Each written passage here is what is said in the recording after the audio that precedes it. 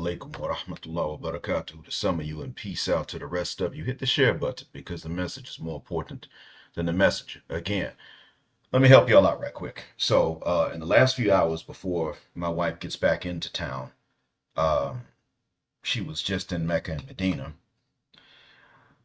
Let me go ahead and sort of put some finishing touches on the channel, but I came across this and I thought, you know what? I better go ahead and let y'all hear this because this is no joke.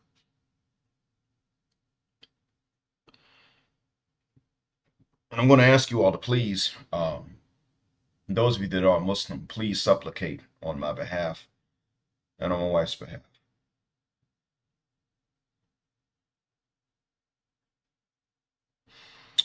Let me go ahead and play this one for you because in this one, he generally summarizes why he does not support the red pill information, even the red pill awareness for Muslim men. Why he thinks it's all a crock load.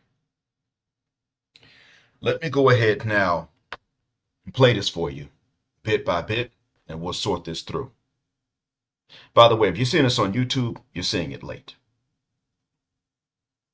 Assalamu alaikum. If you're a Muslim man, married or single, one of the worst ways that you can waste your time is by consuming content about what women want. If you are a Muslim man, married or single, one of the worst ways you can consume your time is, or about one of the waste your time, is to consume content about what women want. So how the hell else are you supposed to find out? Because your mama ain't gonna tell you. Even Muslim guys don't face this. Muslim men don't come up with their mom saying to them, well, this is what women want, and they're telling the truth. Now, these mothers will look out for what women want. They'll try to make sure they don't raise their sons to be the exact opposite. But, I mean, they won't actually tell the son, hey, look, this is what they want, because they know they would never be done talking. Well, we want you to be financially successful and to know women and to be in shape and to be tall. Not only to be in shape, but to look like you're in shape. You don't need to only be physically strong. You need to have low body fat. But when it's cold outside, you don't get to get cold and complain about it. You need to still be comfortable even when it's cold. Oh, by the way, one thing I've noticed is that women generally want to live in cooler climates than men do. I've also picked up on that too. Just thought I'd mention that. The only exception to this would probably be Arabs. Men and women alike tend to like the cold equally. But amongst us, oh yeah, women want to live in cold places more so than men. So anyway, these women are not going to sit up here and tell their sons what women want. They would probably try to avoid lying to them. But they're largely silent. And men need to know these things, so he's already off something. He should be correct. Ideally, he would be correct. And I'm not saying that men should cater. See, men should know and then refuse to cater to what it is that these women want. It is important for men to know. It is also important for men to refuse to cater. Once you know, you chew the meat, you spit out the bones. That's important too. Let's continue. Because if you're single, you don't need to worry about what women want. You need to worry about what you want in a woman, and then find a woman that wants a man like you. That's it. Ideally, that would be right. That would be true ideally. But, and there may have been a time that was. But you see, if you are single, you should focus on both. You look for what you want in a woman that looks for you as you are. But you still at least should know what they want. As I stated, you don't cater to it.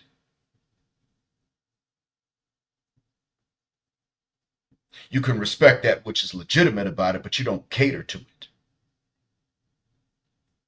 Of course, what they want is going to change from day to day. You cater to it, you'll be inconsistent.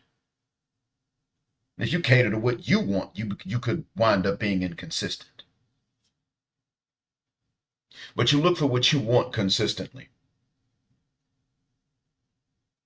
And you look for women like that want a guy like you. Well, here's the thing. They're generally not going to do that. A lot of women are not going to come across they're not going to come across with both of these things at one time. You what she wants, and then she wants you too. We already live in a world where the Muslim women are already infected with the ills that come through social media. Not the good stuff, no, not that. But the ills that come through social media are right there in their minds, in their brains. And they're like, look, if I am cute, I'm going to have an attitude. If I'm cute, I will be difficult. Now, some people say, well, isn't that the case all over the world? I mean, come on, Jet Black. If you go to Thailand, the really cute ones are the hardest to get. I know, I just don't feel a cuck. Who told them they had to do that?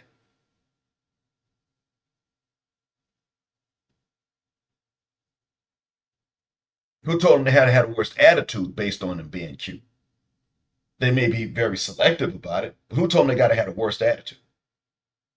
Who said that?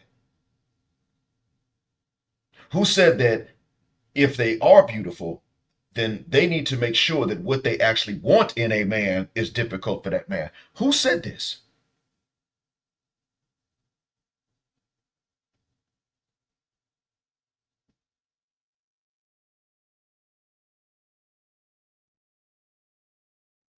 Nobody told them they had to be that way just because they're beautiful. They are sitting up here willing, and I'm talking Muslim women in Muslim lands that have heavy access to a lot of social media platforms, already have it in their minds at a subconscious level. Because I'm nice to look at, I'm going to be difficult even to the men that I would have otherwise liked on my own.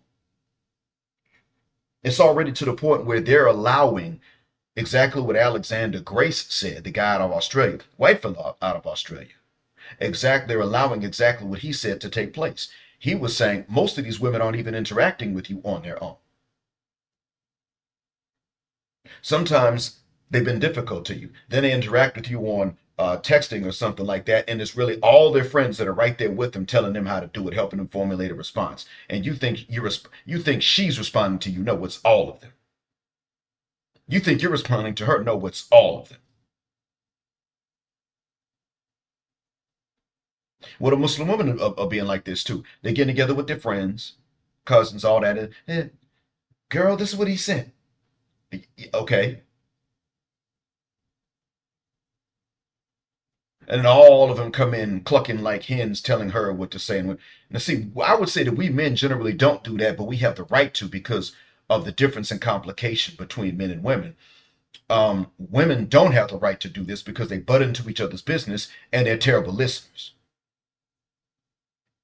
They don't have to be terrible listeners, but they are. Good women make some pretty bad listeners. I don't. Pretty bad is a euphemism. There are good women who are just really, really, really bad, terrible listeners. It's like you talk to them, and eventually you begin to realize that not only is the devil real, but that some of the devil's employees are standing in between you and her, filtering your words before they reach her ears, acting beyond the speed of sound. Can you imagine that? They're literally doing this. It must be because she can hear. Now, even if I'm exaggerating, the point is the result is the exact same because she can hear stuff you didn't say and can't hear stuff you said. Who does that?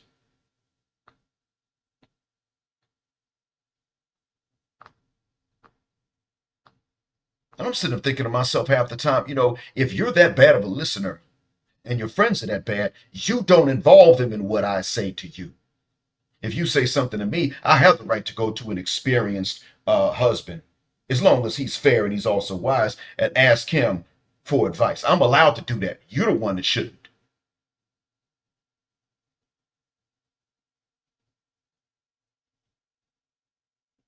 Let's continue. And if you're married, you don't need to worry about what women generally want. You just need to think about your wife and how you can make her happy. No, if you're married, you need to think about your wives and what they want and what makes them happy within reason and without reason. You need to be aware of both. What she wants within reason, what she wants that's unreasonable. That's so that you're aware. You prioritize then what she wants that is reasonable, but then you also need to know about what other women want because guess what? These women are not going to want to marry you if you can't give them kids. And they're going to frame it like they're giving you kids, but you better be able to give them kids.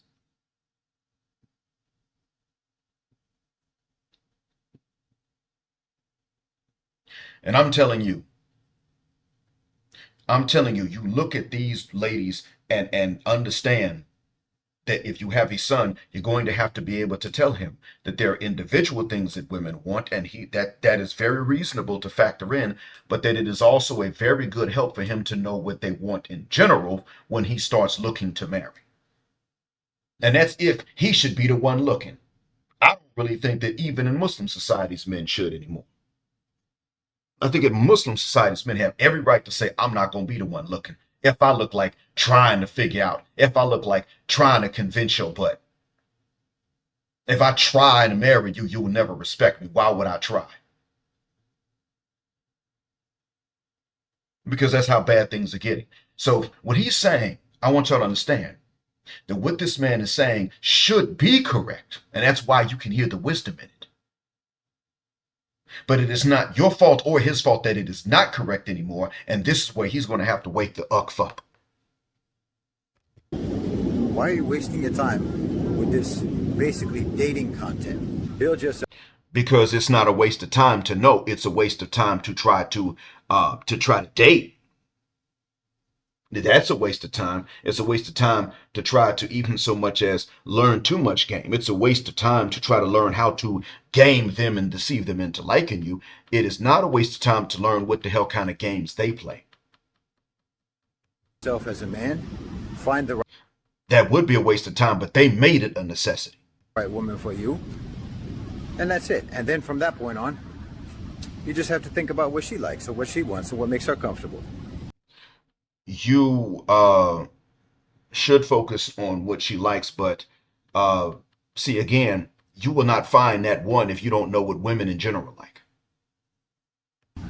All this general information about what women want, what women find attractive, who cares? That's Straight men care. That's who cares. If you're a man and you want to fornicate or get married, either way, if you are a man and you are a chaste man, Muslim, Christian, or Hebrew Israelite, and you don't want to fornicate, you still have to know what they like in order to marry. Unless her parents are going to force her, and that invalidates the marriage. And if you are an unchaste man and you're just trying to fornicate, you have to know what they like. Women have choice. Even in Islam, they get a choice. It takes special situations and circumstances for dads to be able to force their daughters. And that's why that's happened in some of these cultures. Some of these cultures have problems with dads that'll force their daughters to get married to the men they select, and they don't care what the daughter wants. That's not, by default, that's not valid. However, scholars have said that in certain situations that can be valid in order to prevent worse things from happening. And there are women that will do exactly worse than that. They'll do worse than marry the guy they don't want to marry. There are women that are just wicked when it comes to men. They're righteous about everything else. But when it comes to men, oh, he's got to have the hairiest arms and the hairiest back, and he's got to damn near be a brute. Oh, yeah, she's praying 10 times a day. She wears niqab out in public. She's ultra religious, but when it comes to a man, she wants a man that's a damn brute. And when her needs finally catch up with her, but no man has made the cut, she'll turn around and fornicate with the closest thing she can find.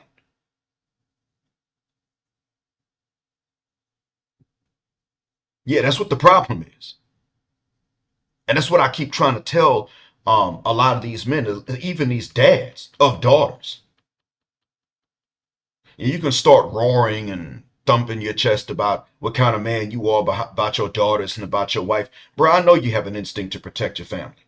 Your wife has an instinct to protect the family to a certain extent. And she's not even a man. I know you got one. I'm not the threat. You don't even have to bark and growl at me. I'm not going to do anything to try to harm your family in any way, form, or fashion. I wouldn't mind helping you if such a thing was not considered to be overstepping bounds. I'm cool with that. I'm on your side when it comes to that. The issue is, sir, that your righteous daughter that may actually love you very much might be suffering from this stuff and you would not know. That's not how we work. Assalamu alaikum. And that's right. That should not be how we work. Unfortunately, the women themselves have forced it to be how we work. One thing he does not mention is that the solution to some of this stuff is to allow men certain rights that we don't allow women. Unfortunately, that's why certain double standards have to be in place nowadays to right the wrongs of before. We have the right to check all their social media accounts and even restrict some of them. They don't have the right to do that, to do the same thing to us. I don't want to go through another dude's phone, not even my son's. I should have the right to go through my daughter's phones to make sure that I know what social media accounts they have, and I can join them on there. And I better not find out they got another. If I have a social media account they don't know about, like this one right here, some other cuss word, what? They have one I don't find out about, that when I do find out, I should be able to take their phone and give them a dumb phone and say, put your SIM card in this one. Oh, why? Well, then, all right, tell you what, give me that smartphone and I'm going to delete this account right here. Only way you keep that one is if I get to go back and delete it. And even then, maybe not, because you just start another one. No, I have this right and you don't. Because I'm actually willing to do this for your good. You ain't gonna do that for my good. You're not gonna be able to protect me. That ain't your job. I gotta protect you not only from them but from yourself, dummy. Now hand me that damn phone and quit tripping. I wish it was different, but they've made it this way. He should be right. Ideally speaking, what he said should be the truth. They've turned around and made it untrue. I hope that what I said is a benefit. Thank you for listening. As always, black heart, black mind, black out, assalamu alaikum, black heterosexual, non-select male power just because they don't like it, a black patriarchy until extinction of judgment day. Thank you for flying with us here on Jet Black Airways, where the phrase jet black is also a verb. Keep jet black with us till the wings and the wheels fall off. And if you were hearing this from inside of the Jet Black Air Lounge within the first 8 to 9 hours or maybe even 12 hours of me posting this, it is because you earned this early access. Everybody else, if you're hearing it on YouTube, you're hearing this many hours after I recorded and uploaded this. You might want to consider getting into the Jet Black Air Lounge. Gender, justice, forever.